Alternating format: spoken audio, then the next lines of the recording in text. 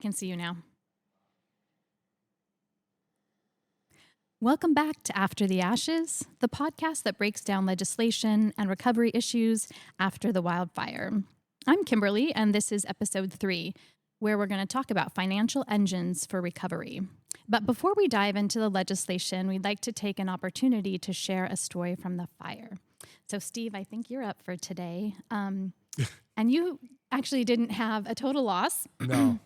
But we were very fortunate. Yeah. So if you would just want to share something that maybe you felt was a loss or something that was really traumatic or just, something you want to share about the fire. Well, I mean, look, I've got 3 kids and we got a 9-year-old and, she's still very much affected by it.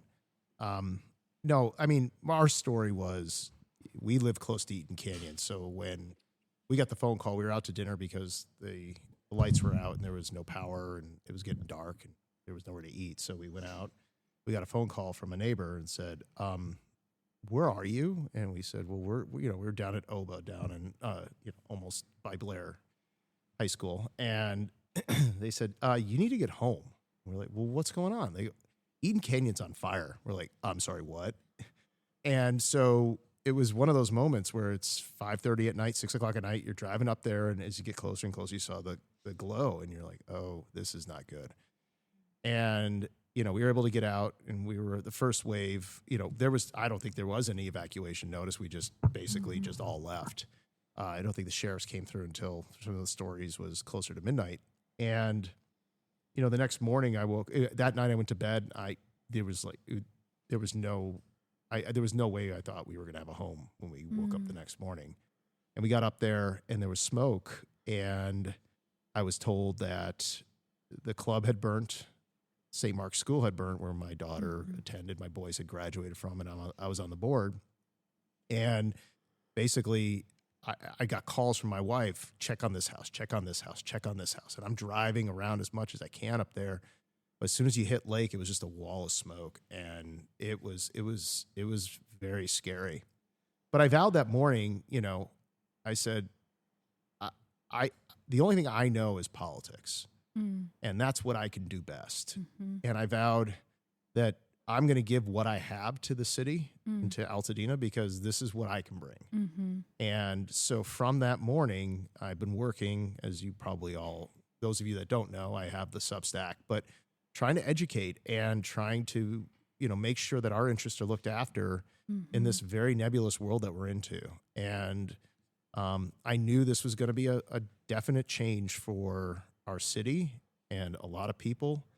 And I just said, this is what I can give back. And so since that time, that's been what I've been trying to do. So that's my story and I'm sticking to it. So anyway. Yeah, well, we really appreciate it. I mean, you have a lot to offer and you've been really generous with your time. So it's great to have you. Well, thank you. And thank you for all those who actually spend time reading all my crazy. So, and those now listening. Yeah. So, well, in our last episode, we covered kind of a high-level view of the legislative landscape, and we did promise to come back with a more in-depth discussion of 2 key pieces of legislation that represent different approaches to financing wildfire recovery and Altadena's recovery, sort of specifically impacted by these. So we want to look at AB797 and SB782, and just sort of understand some of the just how they're similar and different and how they're going to impact us. So, I'll hand it over to either Shauna or Steve to get us started. I'm just going to frame it a bit before Steve runs with it. Do your thing. Do you want to run with it? No. I can actually go back to my coffee right now. No, you're good. I think I've talked about these so much. We have all spent time talking about these so much. And this is to go back to our last couple of episodes. These 2 bills, in particular, Perez's 782, are what Serena Covarrubias and I were, and others were up in Sacramento recently when this is all on the assembly floor and hearing to try and discuss and broach and have some sort of voice for Altadena, because ultimately these aren't just about policy difference. They're competing visions of how money flows into places for recovery, and anything that happens here, because this is so significant, so substantial, so much money, so many billions of dollars, is going to inform what fire recovery looks like elsewhere. We are going to create a template effectively for how this is done. And I think, and Steve, you'll get into it, but this effectively is two different financing mechanisms, right? Yeah. For how to get the money. But they're not mutually exclusive. Correct. Yeah. But if it's, not to minimize or oversimplify, but one brings private investment in. Yeah. Yes. To try and stabilize our property values. Yes. And all these other fun things. Yes. Right? Yes. We got to rebuild. And the other creates new public financing through new mechanisms that are, however, connected and administrated by the same mechanisms, in our case specifically, LA County. Right. So, I mean, the way I would think about it is similar to what you're saying, Shauna.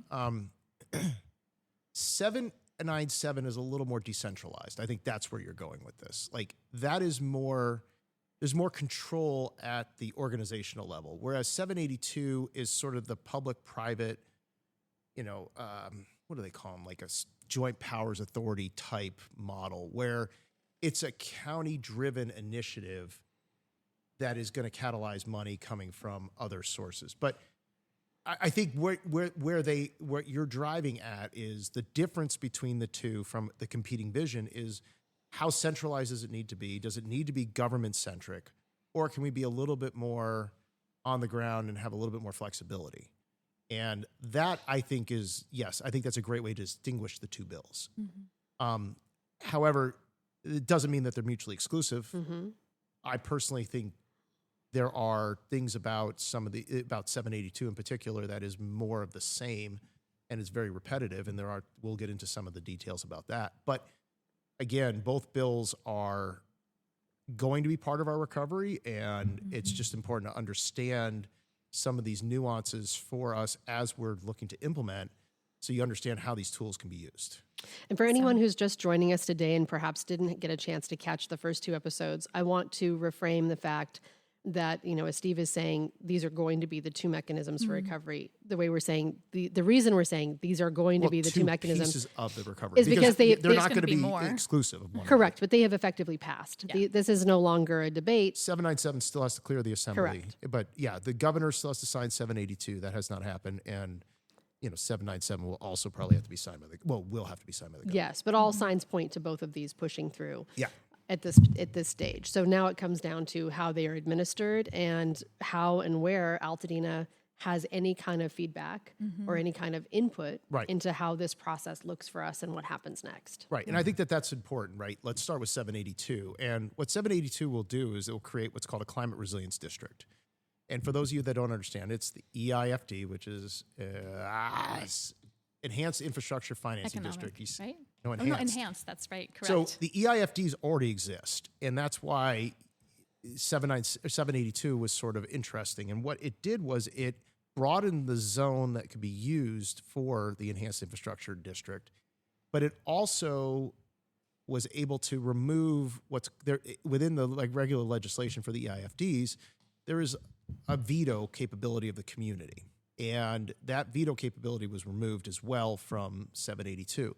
And quite frankly, that's where I felt the most risk was involved, because the community is going to be given a plan, given 2 meetings in which to voice their opposition or criticisms, and then that's it. There's nothing we can do to stop it.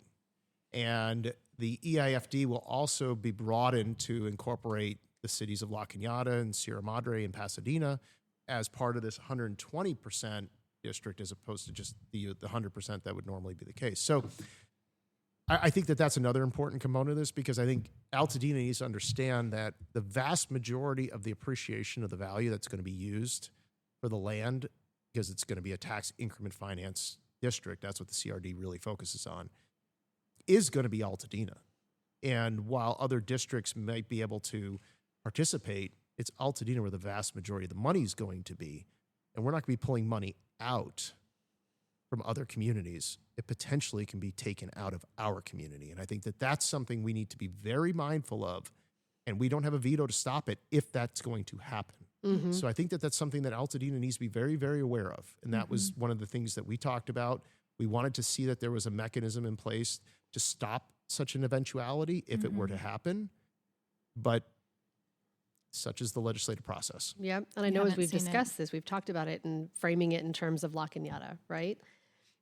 Because 782 does create this mechanism and this political body attached to LA County and administered by LA County, the same folks who did such a great job handling us before the fire. And I'm going to stop right there. I'm getting the look from Steve. Time and place. I think this is the time and the place, but I also think that our listeners likely agree and know exactly what I'm talking about, and we don't need to belabor that, any of those points. That said, the way that we keep discussing this is because it creates this mechanism for, as you've just said, the money to flow in and out, and it's ultimately going to flow out of Altadena. Well, it potentially could. It could. There is no way to stop it. Correct. And as you and I have discussed, with, like I said, we look at La Cañada, right? Like if this allows us to potentially take money out of La Cañada or Sierra Madre and other neighboring towns in the same way that there's the possibility now for this money to be taken via increased property tax out of our community to take care of other communities. How is that going to play out? And why would La Cañada in particular not be speaking out about this? Because they don't want us to take their money. And the reason they're not is because they know it's not their money that will be taken. It is ours. I did a SAC on this because I thought it was important to run the numbers. I think, what happened was during the lead up to this bill getting through the Senate, there was a lot of talk in the community about how this was going to affect Altadena. And the idea was this notion, and again, there are people that are very knowledgeable about these issues and live in these communities that didn't even understand it, that we would be able to pull the wealth out of a La Cañada, rob from the rich and give to the poor, essentially. I mean, that's, I think, how it was being sold to some community groups. Really doesn't exist. I mean, I think I ran the numbers in that roughly the number being pulled out of La Cañada on an annual basis is potentially about $10 million in total money that could be if everything worked out perfectly. In other words, the property tax was essentially zero and they sold the house at the median price with the normal flow of turnover in La Cañada. It was maximum $10 million, which we won't get the total amount because they still take care of La Cañada schools, La Cañada sheriffs, et cetera. So we get probably 2 or 3 of that money, 2 or 3 million. That's not going to rebuild Altadena. And in fact, that is, a tip essentially to Altadena. Whereas I think the number in Altadena, because we have 6,000 properties that are going to, that have been affected by this. And again, I know we're talking property owners. And again, there is, you can argue with the numbers and you can look at, I think rough order of magnitude, we're pretty close. You're talking about $100 million in Altadena versus a couple $1 million in La Cañada. And if I'm in La Cañada, I join this in 30 seconds and say, yes, I want to be part of this CRD because, hey, I've got people on septic and I'll put a couple $1 million in to get somebody to put septic out because this community resilience district or climate resilience district includes me as well as Altadena. And while Altadena is still part of this, I am too. So I think that this was something that I was very concerned about. It got dismissed for whatever reason. And I think it's something that still leaves a gaping hole in this bill and what this bill will create. Let's see what they come up with in terms of the infrastructure management type model that they put together, the plan they give us, and how they choose to manage this. But I will tell you, people from La Cañada asked me, how do we get to be a part of this? Because it's a pretty good deal for us. Yeah, that's really interesting. I'm just wondering, that was such a great explanation of a little bit of how the district works, but I'm wondering if you could give maybe just a little bit of more specifics on how the mechanics work. So for those of us who are still catching up and are new to, kind of understanding everything. Actually, the way I want to position that question, if it's all right. Sure. Explain how we finance an EIFD. Yeah, that's exactly what I want to know. Tax increment financing. So what that means is you're borrowing today against what tomorrow's value will be. So if a property is worth, let's just say you bought your property in 1975 and you're paying $1,000 on that property. And again, this is going to be something we're going to bring back when we talk about the assessor. Now that property is sold and somebody builds a $2 million house on that property. Well, your property tax is going to be roughly $20,000. So that difference is something that is bondable. And so what happens is there's a projection that goes into this and you go bond it against the future property tax revenue. And then the community is able to use that money to then potentially do whatever community enhancements. And then the Climate Resilience District has, basically it's about infrastructure, but it's also about other community-based initiatives down the road. So is it an accurate read of that we effectively then finance our own recovery through our property tax? A portion of it, yes. Again, I just in the conversations I've had, and again, it's not every ounce, every cent of that increase goes into the Climate Resilience District. They only get a portion of it. It's just that portion is enough that you can use it. You probably get 20 or 30%, and then you can only borrow a portion against that number too. Again, investors are not going to go, oh, I'm going to presume it's going to be 100%, 100 cents on the dollar. They're going to say, no, I'm only going to loan you against 50 cents on the dollar. So, I mean, how much we actually pull from this, the numbers will be all over the map.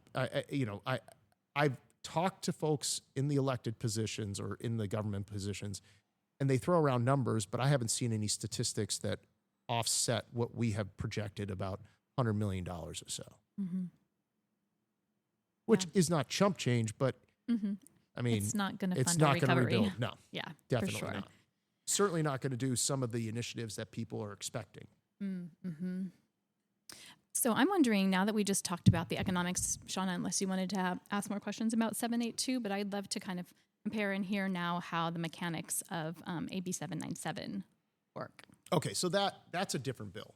So AB797 was conceived with the idea to protect homeowners. In the immediate aftermath of the fire, there was a lot of concern about people losing homes or being forced to sell at below market rates. I mean, I remember the LA Times had a story about a family in the Palisades, and their focus was there initially. And, there was a disconnect at the time about what the insured value of the home or the structural value of the home and the land underneath. And a lot of people were sitting there in shock and just saying, I don't know what to do. And the Assemblyman Harabedian was working on some discussions around CRA and how can we utilize CRA, Community Reinvestment Act. So what it is as a married man, I'm voluntold to do a lot of things. Banks are voluntold that they have to comply with the Federal Reserve requirements to give a certain portion of loans to disadvantaged communities. And that can be any number of things. It can be philanthropy, nonprofits, underserved communities, buying subprime loans, et cetera, et cetera. A lot of them loan through what are called community development financial institutions or CDFIs. So the idea being CRA is a very large bucket of money. In the last numbers I saw from the FDIC, which was 2022, the CRA loans from banks was about $250 billion, which is a significant number. At the height of COVID, it was over 400. So there was a delta there. And a lot of banks have to comply with the banks have to comply with CRA if they want to expand in a market. So, and it's very market specific. But so when we were discussing this, the question was, okay, how can we utilize CRA? And CRA, interestingly, has certain benefits, the regulations give some flexibility to CRA compliance in disaster areas for 36 months after a disaster is declared. And so when the Assemblyman was looking at this, the question was, okay, if we're going to get money to homeowners, if they can't rebuild because they didn't have insurance, because a significant number of people in Altadena did not have insurance. Or were significantly underinsured, which is virtually everyone. Right. And, but if you had no mortgage, you probably didn't carry property insurance. And, the question was, okay, what do I do? And the concern then, as it is now, is that speculators are going to come in and acquire the land. And so the question was, okay, is there a way we can acquire that land, give people the option, if they wanted to sell, they can get liquidity for their land. They may, and whatever settlement works out with SCE on the structure, that's going to be up to them. But at least today, or in the immediate aftermath of the fire, people would be able to move and they would have enough capital to take wherever they wanted to go.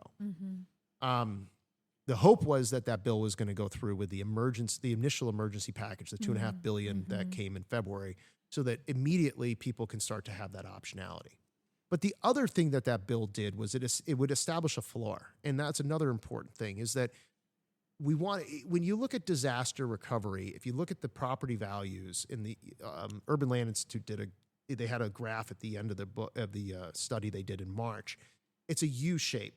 And the question was, can we flatten out the U so that people can not have to worry about the property value decreasing to such a level that they're selling at the low? Mm-hmm. And, what's a fair number?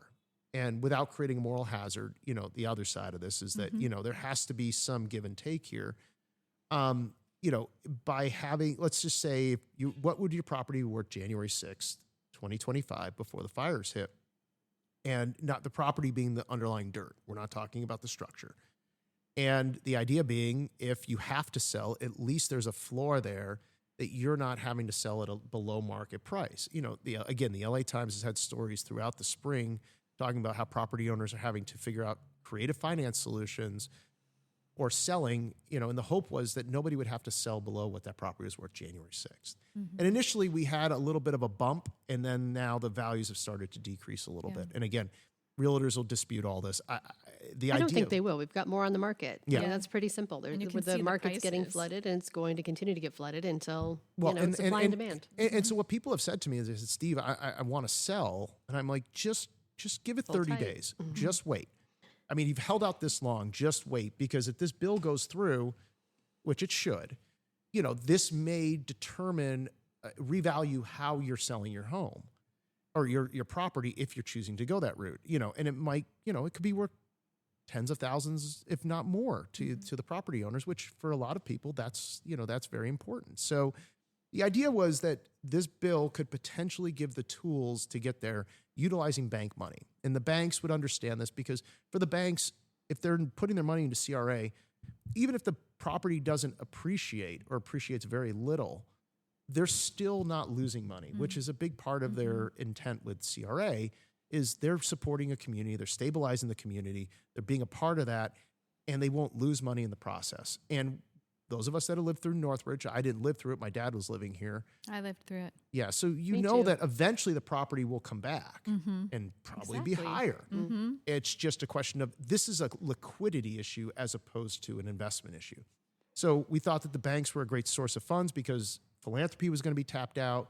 Federal government wasn't coming in with money. But more than that, where else could we use CRA? This is something that everybody can get their head around. Banks understand land. They can do that very easily. They can assess the land value, say, this is what I'm going to loan against. I know what I got. But the idea being, now you understand that. Look at how we can do this. And we're not going to have to service the debt. And that's the other piece to what 797 is about, is it's about an appreciation of the value and a sharing of that profit so that the investor isn't taking money in the day-to-day, rather they're holding out to when the property value recovers, and then they can get a return on that investment. And that's a very different model because, again, banks from a regulatory perspective struggle to put money into an investment under CRA. So they don't want to have ownership. So this model, or this security, creates a mechanism so that we can do not only, real estate, but as we look to rebuild Altadena and other areas, that this is a model we can apply farther beyond. Do you want to talk about opportunity zone funding attached to that? Or is that a whole other episode? Oh, that's a whole other episode. But the way you got to look at it from a very basic level is the CRA is your 80%. So when you go buy a house, you got to have 80%, you get your 80% mortgage, and then you get 20% has to come from equity in some form. And then, we get creative how we do it. Some people come in with less. Some people have, other sources that get you to that number. So CRA gets us 80. Now the question is, where's the 20 going to come from? So in discussions with folks, I've had I break this down into 4 different channels. And those that have read my Substack probably know this already. There's low to moderate income homes, the ones that need to be rebuilt. So for those are homeowners that want to rebuild, but they still own the land, but it's going to be, a struggle. They need help to get back up. So CRA can be a part of that capital stack over there. Then there's those that have, let's just say, they're underinsured. So how much that's more of a spectrum issue, in terms of like, there are some that are vastly underinsured, and there's some that are underinsured, but they need some help to get there from a financing perspective. Okay, we think CRA can plug in there too, or these models. Then there's the utilities, and in infrastructure, my idea was I didn't really want to see 782 come in because I thought that we could have done this through local 501c3s and deploying that money out. 501c3 is a charity, but utilizing that kind of a model where there's a community ownership model, and we use CRA to help rebuild, and then give investors an opportunity to participate, which would have been the ideal. Yeah, that was my thinking, because then we would have had more community control over that.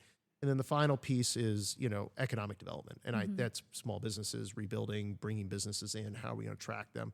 CRA can be a big part of that too. But as Shauna said, each of these buckets, what's that 20% going to look like? And that's where we've had to be in Washington. When Shauna and Serena are up in Sacramento, I was in DC talking to legislators about opportunity zones. So opportunity zones are another model where it's an inducement for investors to come into underserved communities. And, disasters have never been part of that underserved community. Now, legislators have tried to do this in the past. It happened in 2019 after the hurricanes in Florida and the fires out here in Woolsey, and which we'll talk about in another episode, because that's come up in the LA Times this week as well. But there was an attempt to look at that, and it never got through. But now that opportunity zones are permanent, the idea being we need to find that 20%. And if we're not getting CDBG money, we're going to need to have investors come in. How are we going to do it? And so that's where I've been in DC having discussions with legislators about what we can do at a federal level. But that still doesn't preclude what we can still do at a state level as well. Because as we all know, there are some conflicts between the federal government and California these days. And maybe we have to look a little bit more internal to try to solve some of our problems too. Yeah. Okay, so that was a lot of information. That was a lot of But information. it's helpful information. helpful. And I think, at least for me, it would be great to understand, I think, in the context that these things are going to move forward with all likelihood. So what is kind of our best case scenario vision for how these two things can work together and play out for the community? And connected to that, really, I think the big piece of that question then is, what kind of advocacy does Altadena need to be doing for itself right now? How do we do that? What should we be asking for that doesn't exist? Like as we were talking about earlier, and again, we're trying to top line this and not get even in a deep dive, not too deep. But, for example, the fact that with 782, some amendments have been made. We did get some amendments. We didn't get every amendment we asked for or wanted, but some amendments have been made that make a significant difference. So the point being that there is a mechanism through community pushback and feedback to Exactly. And maybe you could things. Explain that to the listeners too. I don't know if everybody knows what you mean by we got some amendments. Yeah. So when you write a bill, where you start and where you end is very different. And if you go into the bill, you could see they make changes, legislators will, based upon feedback through committees, through different houses, so the Assembly and the Senate. So in each stage, each vote typically has amendments that are brought in and incorporated to, we call it regular order. If you ever hear somebody use the term regular order, what it means is it's based on feedback. You're amending a bill to make it more refined. And when legislation is done properly, you go through regular order, you'll have multiple amendments. The bill will look very different than when it started. The hope is the substance stays the same, but the form has changed, because that means you had a good bill in the first place and good policy. But, when we hear all the stories about bad legislation, typically they bypass regular order, and that's when we have some of the problems that occur. So, all right. So the idea being, when 782 was done and going through the various stages, advocates can come and submit comments and discuss the issues and bring them to the attention of the legislator and the committees. So it goes through various committees that have jurisdiction over that bill. So local government, for instance, was 782. 797 went through judiciary, and what else did they go through? I think finance. But, the idea being that these are the committees that would have most experience being able to evaluate these bills and determining whether the policy is right or wrong, and effectively to stop it if it's a problem. So 782 was amended, and the final amendment, I think, is the most significant because it ensured community oversight. You know, we got term limits on the time that the board, which is appointed by the county, that they can serve on that board, which is only 4 years, which is a lot better than just indefinite. They also incorporated community ties to these board members, so they have to either be a resident or a homeowner or a business owner in that community. So and I think there's one more, but I can't remember off the top of my head. But the bottom line being that you have to have a presence in the community. You can't just be a carpetbagger, as they like to say, somebody from outside the community coming in. And I think that that's an important thing because A, Altadena needs it. B, you understand the community. And C, you have a stake in what the outcome is going to be. So I think that these are all factors that are very important for, the amendments. I still would have liked the veto, but I guess, that's politics, right? You can't get everything you want. And does this sunset at any point or end at any point? Or these kind of indefinite structures that we are buying into in perpetuity? Well, I think no, I don't think there's a sunset. John's bill, 797 has a sunset built in. But this one does not.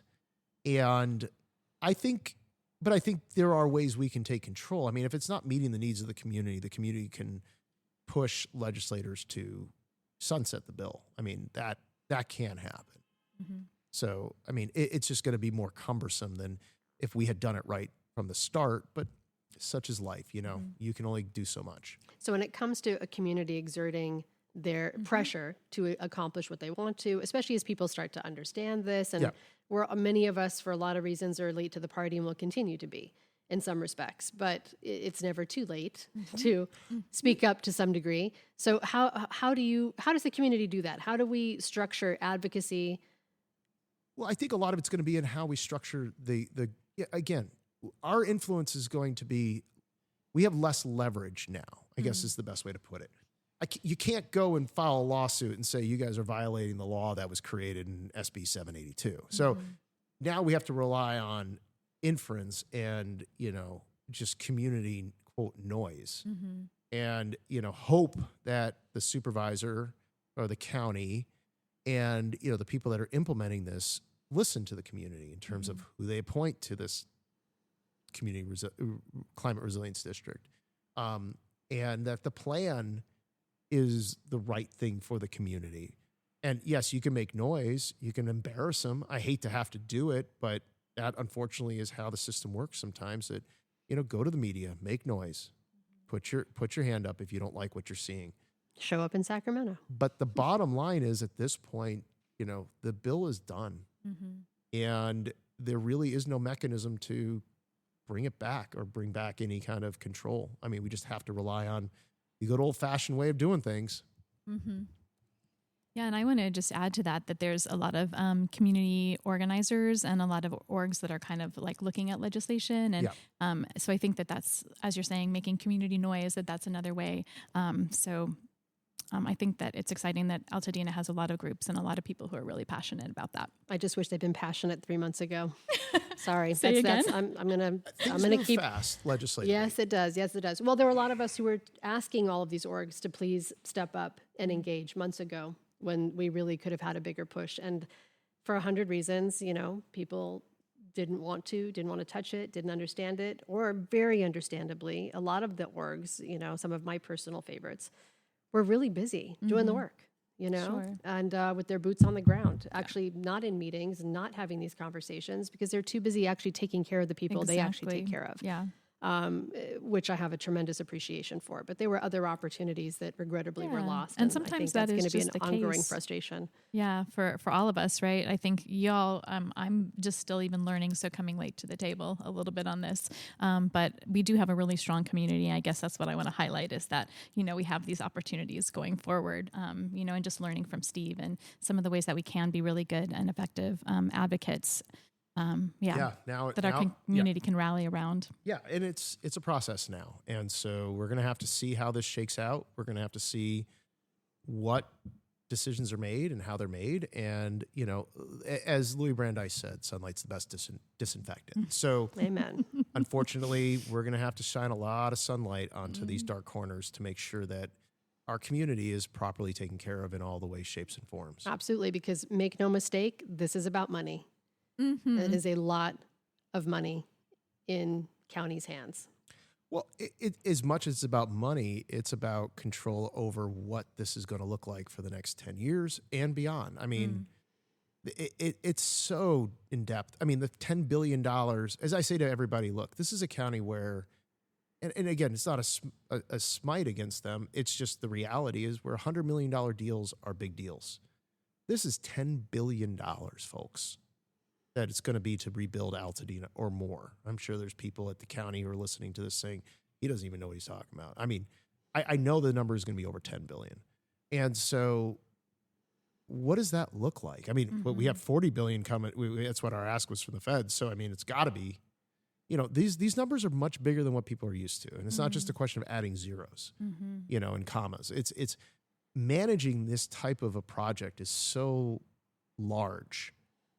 And so how that's going to be done and, what that's going to look like and with the tools that we have today, it's very different than it was in 1994 and when Northridge hit and the rebuild that occurred then. What did that cost? Do you know offhand? I don't know. And again, it's inflation. And yeah, I know. I was just curious what the equivalent would be today, but we'll have to Google that later. You had different government at the time. You had, county, city, state. I mean, it was at that time, it was just city. You didn't have to really combine a county with a city as we have here with two separate disasters. You had a different government in California at the time. You had a different government in DC at the time. So, I mean, and I think relationships were probably a little better then than they are now. So, and I think, too, the disaster complex in the business industry that's created, and we'll talk about this in another episode coming up, it's matured to a level where post-Katrina, these events are profitable for governments. And it's important that people understand that too. So, understand that there's a lot of stakes involved here. And the stakes are pretty high. And so the community is going to have to really use its voice to be effective because there's a lot of noise around this and there's a lot of interest involved. So I knew this episode would run long because don't be sorry, because these are all important conversations, and I wish that, we could go on for another hour to really get into both of these and some of the nuances. There's a Substack if you want to read there it. is. But the goal is not to put you to sleep unless that's what you're listening to this for, in which case you're welcome. Come on, our voices are so sonorous. Our dulcet tones. Or whatever it is. But I was going to say, to wrap up this particular conversation, what do you think is our best case scenario now? What is the best possible outcome for Altadena in these circumstances? Well, I think a lot of it's going to determine on what 782's corporate or organizational structure is. If the things that we've been asking for are incorporated by the grace of God and our supervisor, we're okay. I think, we can still incorporate a lot of the things that we asked for. It may not have been in the original legislation. That would be best case scenario. And I think that we look at 797 and say, hey, not only is this about acquiring land, but look at how we can use this tool for so many other things. And we don't need the state or the county. I mean, we can place that money and the banks can get their CRA credit through nonprofits. So we can have community-based nonprofits that can do a lot of this too. So I think that would be the ideal if it was me, if I was king for a day, which I like to play every once in a while. And if I was leading, that's what I would be shooting for right now. And here we are. Awesome. I think if we can, I want to wrap up this episode with a little bit of a nod to some of our small business. If you know anything about me and my personal history through my various careers, companies, etc., I have been a big booster of small business for a very long time and a small business owner myself. And so I have been very keenly aware of what the reality was going to be for our small businesses, not just in Altadena, but also, frankly, in Pasadena and Sierra Madre and a number of other communities that depend on our 22,000 people who are displaced in our community. to keep their doors open. And that a lot of our businesses are going to struggle, and many of them are not going to make it, no matter how hard we try, which is a painful reality. So with that, I wanted to actually start closing out all of our episodes with a shout out to a local business that you can support. Today, I want to talk about Adelaide. If you're not familiar with Adelaide, Adelaide is owned by, and I should have prepared for this instead of going off the cuff because I can see her face and can't remember her name. The owner of the shop, who's a florist, and she's incredible. She also is another one of our neighbors who had a home that was a total loss in addition to losing her business as a florist. She is not only back, but she's doubled down on Altadena. She reopened with a full brick and mortar shop on North Lake, and I'll pull up the exact address for you. But her location is actually right across the street from Fair Oaks Burger, which most of you should be aware of where that is. She's at 2595 Fair Oaks Avenue. And for those who remember the Webster's family's shop called Hoopla, that had to close just prior to the fire for other reasons, it's in that same little block, that same building, actually. So Adelaide brings back the floral component. You can also find some amazing plants. I parted with too many dollars with plants because I am that plant lady, and I was very excited to find gorgeous plants that were interesting. And she's also has a fantastic gift shop, some Altadena merch. It's a beautiful spot. I would say that the couple times I've popped in there, it just gives me life to go in there because it's just, when you walk in, it's like it didn't happen. So if you want to feel good and support a local business, go check out Adelaide at 2595 North Lake in Altadena. They are closed on Mondays and Tuesdays, but open Wednesday through Sunday from 10 to 6. And it's absolutely worth your time. And she's got so many beautiful things. What's that? Did she change her hours? I was just wondering if it was on Fair Oaks or Lake. Did I just say, did I say Lake? I probably did because, you can't fucking trust me to keep my thoughts straight in 2 minutes, guys. I wish I could only blame Firebrain, but it's also perimenopause, and I have been asked to please restrict my perimenopause talk to a separate podcast forthcoming. So I will not have that conversation. But Kimberly's looking at me knowingly, and so is Steve actually. So that's all we need to know. I just wasn't even going. We're excited for that podcast. We are on it is on Fair Oaks. Thank you for the correction. Just north of where Pizza Venice was located, and again, really fantastic spot. And everyone should go check it out and support. And while you're up there, go hit one of our other local businesses, grab a local coffee, grab a local bite to eat. Altadena needs your love. Yeah, absolutely. Thank you, Shauna. Well, thanks everyone for listening to After the Ashes. I'm Kimberly, and we'll be back next week with episode 4, where we explore the intersection of state and federal government in wildfire recovery. We'll definitely look at the new LA Times article that came out about the fiscal mismanagement in debris removal, etc. So that's for anyone who missed that, because go read it before you listen. Oh, good idea. Today, as we record this, is September 9th.